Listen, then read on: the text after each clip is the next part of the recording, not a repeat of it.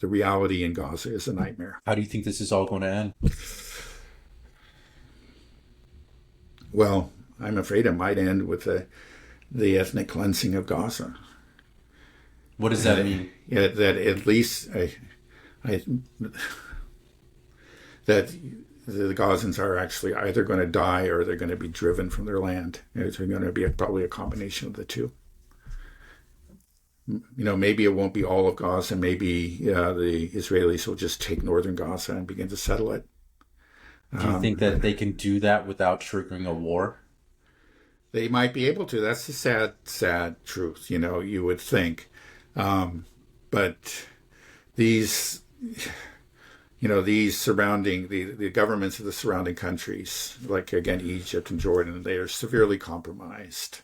They're very corrupt. There is, again, a real anger within the population, but you can have a very angry population, but they're unarmed and they have and under the, thumb of these powerful, corrupt rulers. That kind of situation, you would think, well, it can end any day. There could be. Revolutions almost always take us by surprise. Right? That's a fact. So it could, there could be a real revolution in either or both of these countries in the near future. But it could also just go on for years and years and years. That's the sad, until well after, the dirty deed is done. Will Israel have to pay a price for everything? Well, I think, no question they will in the long. They are paying a price. The image of Israel, as we said, has been very, very severely tarnished, and no matter what, even right now, it's been severely tarnished, and if they do cause mass starvation, and they, I think they already are ethnically cleansing Gaza. It's fair to say they've already grabbed a lot of the land. I've talked about the free fire zones. They've created these buffer zones and so forth. They've already seized, close to, well over a quarter, close to like half the land in Gaza. And then when at some point they'll make it official or semi-official, and it's going to hurt Israel. I mean, it may lead to some economic sanctions. You certainly would hope so. But it's going to do, it has done and will do even more permanent damage to their reputation. And if it's maybe the current generation of leaders won't do anything about it, I think a future generation, will, because it is so horrible. Too many people know what's going on, especially younger people. And eventually when they come into power, whether it's in the United States or it's in Egypt or wherever, again, this may happen a lot faster than, it may happen sooner than we expect, but it could go on for many more years. It just seems so incredible, but let's just look at what's happening right now. Let's be honest about it. I just can't believe that we will watch a whole population potentially starve to death, or a large percentage starve to death. And then we'll support it, and we'll try to justify it. It's like, what is this? This is genocide.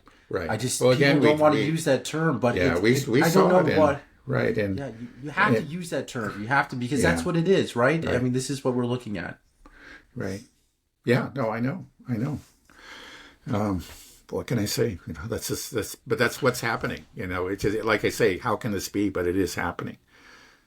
I just don't understand how nobody can do anything. I mean, I understand how compromised the United States is. You have a lot of true believers in Israel who are very passionate about it, and they will not hear about this genocide. They refuse to really believe it, and then unfortunately, I think some of them do believe it and just support it. They are ethnic supremacists. I mean, and they have a lot of power in all these countries. In the West. There's this talk about civil war brewing in Israel. Do you think that's actually true? That maybe that's a way that this could end? Is that that Israeli society itself just falls apart, fractures too much? Yeah, it certainly could. there are very, very high tensions, a lot of anger, directed against Netanyahu and his government. But then he has very powerful supporters. He's gained, through Ben Gvir has gained control over the police, has gained increasing control, not total control, over the IDF. Part of the IDF, an important part of it, remains in the liberal camp. Now, if civil war breaks out, it won't be over a disagreement on Gaza policy, except for the hostages. That's where there is a big point of disagreement. There's one group that says, we got to make a ceasefire now because that's the only way to get the remaining hostages out. And that's a considerable. I think some polls show that it's a majority of Israelis that believe that, and many of them are very, very passionate about that. But they don't care about the Palestinians. Like, once we get the hostages out, we can go back to, ethnic cleansing. I don't think they really, it's clear that they don't care, unfortunately. It's very sad, but true. It's just clear that, the people that truly care about the starvation and, the suffering of the Palestinians, they're just a fringe element within Israel. My hat's off to them. They're brave individuals. They're good people, but they're a fringe element there. They just don't have any political impact. So I don't think there will be a civil war, but there is very severe, there is a real polarization, a lot of passions, at least, a lot of anger about Netanyahu's policy, not just vis-a-vis the hostages, but also concerning, the Supreme Court and Shin Bet, and his efforts to really kind of take control of these various government institutions. And there are people that are really resisting them, see him as a threat to their whole way of life. So it could break out. There are a lot of IDF members, like retired ones, that have signed open public letters condemning Netanyahu's policy. So there clearly is quite a bit of resistance within the IDF to what he's doing. So you do have guns on both sides. But if it happens, again, whoever comes out on top, I'm afraid to say, probably won't really make a change vis-a-vis the Palestinians. But who knows? I just feel again, nobody knows what would happen if civil war actually broke out there. I think it's unlikely, partly because Netanyahu, he's pretty good at, he's a very wily politician, as we've seen. And there's many times when people have thought that his career was about to end.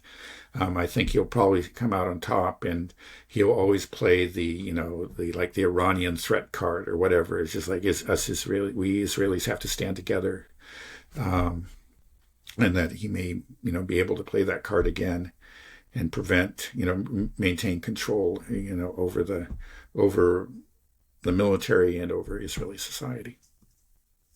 It's so disheartening when I talk to you about this, because it's just the way that you speak about it. It seems like there's just not really much hope for the people of Gaza. Yeah. And I just don't want to give up hope. Yeah. Well, don't give up hope. I know. I am very pessimistic. It's just that but just to say, there can be surprises on both sides. We had, the collapse of the Syrian government, I think, was a very nasty, very unpleasant, and really a very disheartening surprise. But it was a surprise. It was not something that I hadn't foreseen, or any. I think, except for people who were working in secret on the ground, nobody else foresaw that this was going to happen, right? But there's always the potential for some surprise on the other side. I don't know. A revolution in Egypt, or I don't see any signs of it, but some sort of new movement within Israel.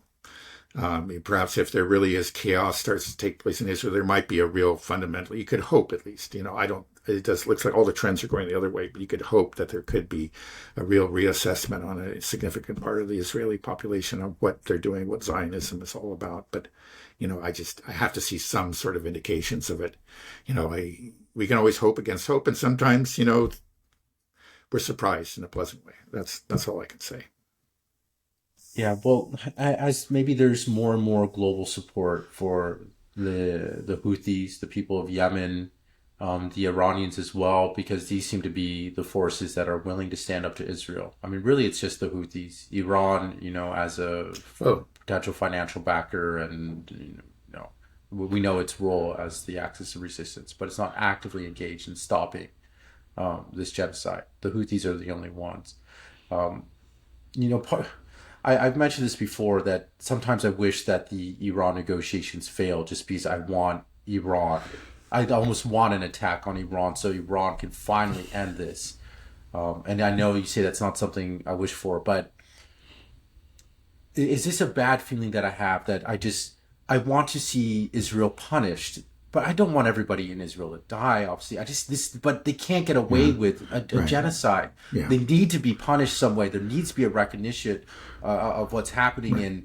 and I'm wanting that. But do I need to Right. tamp down that Yeah. feeling that I have, or Well, no, I think clear that Zionism is such an ugly phenomenon, and it is, such an ugly expression of ethno supremacism, that, yeah, I think it's not unreasonable or in any way unethical to wish for some kind of humiliation for the Israelis to be taken down a few pegs. They need to be. I agree. I guess you just have to look at. You have to be realistic. It's just like a war between Israel and Iran. It just would be very dangerous. Again, it could cause real suffering in Iran too, and then there's always the risk, like if Iran is really winning that war, that the Israelis are going to resort to nuclear weapons. I think that's a very, very real risk. And it's just, so, there's a potential you're talking about maybe, millions dead or something. So it's hard. I can understand. I guess I often have the same feeling, but then I think twice about it and saying, maybe we really, I understand why the Iranians are doing whatever they can to avoid this. It seems like the safest route, even this is very dangerous, but it's just that if we can get a real change within the U.S., because the U.S. can really change Israel, and largely in a peaceful way, or at least potentially could, because Israel cannot do anything that it's doing now without this rock solid support from the U.S. And if that just really changed in a very significant way, if we finally got a president and said, enough, okay, it's over, guys, you're not getting another bullet from us, they would have to change. There would be, there's always the risk of some kind of nuclear blackmail, but, it seems like that could bring about a real change. It could lead to the end of Zionism in at least a relatively peaceful way. That's the thing I hope for. But again, I think that eventually we can get there. But it's just there are those encouraging polls and so forth. But it's just it hasn't penetrated into the establishment at all. Even like I pointed out, the so-called far left members of the Democratic Party aren't really challenging Zionism. AOC and Bernie Sanders. They have done, they have made some open criticisms and have voted for some restrictions, but it's not even close to being far enough to really ending the support for Zionism. they can't come soon enough. Just everything about Israel has been so ugly. It's really been laid to bear. And I think so many people are aware of it now. Prior to October 7th, I think most people just, they didn't really think about it. They didn't know. It's a complicated situation over there. It's not becoming complicated for most people now, most of the world. And I think even within this country, the longer this goes on, I'd like to see the support. It's just becoming so apparent that this country is an Israel first country. It's not an America first country. And the disgust I have for the Zionist movement, the Israeli government, its control over my government, what it's doing to the people of Gaza, what it's done to the Middle East. Just the more you learn about the history and everything, and what it's done to this country, what it's done to evangelical Christians here in the United States. It's just so disgusting, so gross.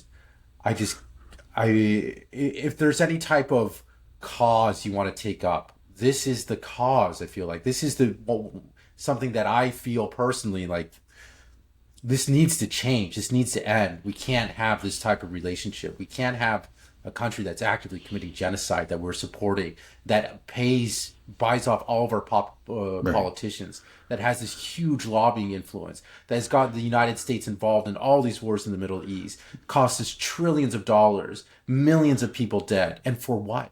For what? To say that these are the chosen people and they have the right to do whatever they want in this land, take people's homes, kill them. It's just insane. The whole thing is so sick. I just want it to end.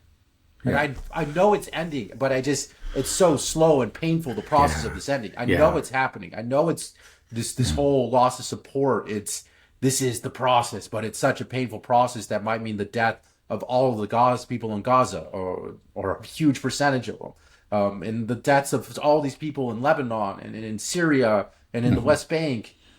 And the Houthis, as well. And these assassinations against the Iranians. Just everything is just so evil, is what it is. Right.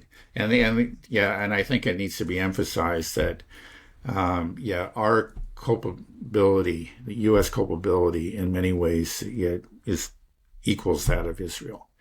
In a way, it's easier to explain Israeli behavior in some ways than American behavior, because you say, okay, they are a small country, they're afraid, they have, and they've also been, they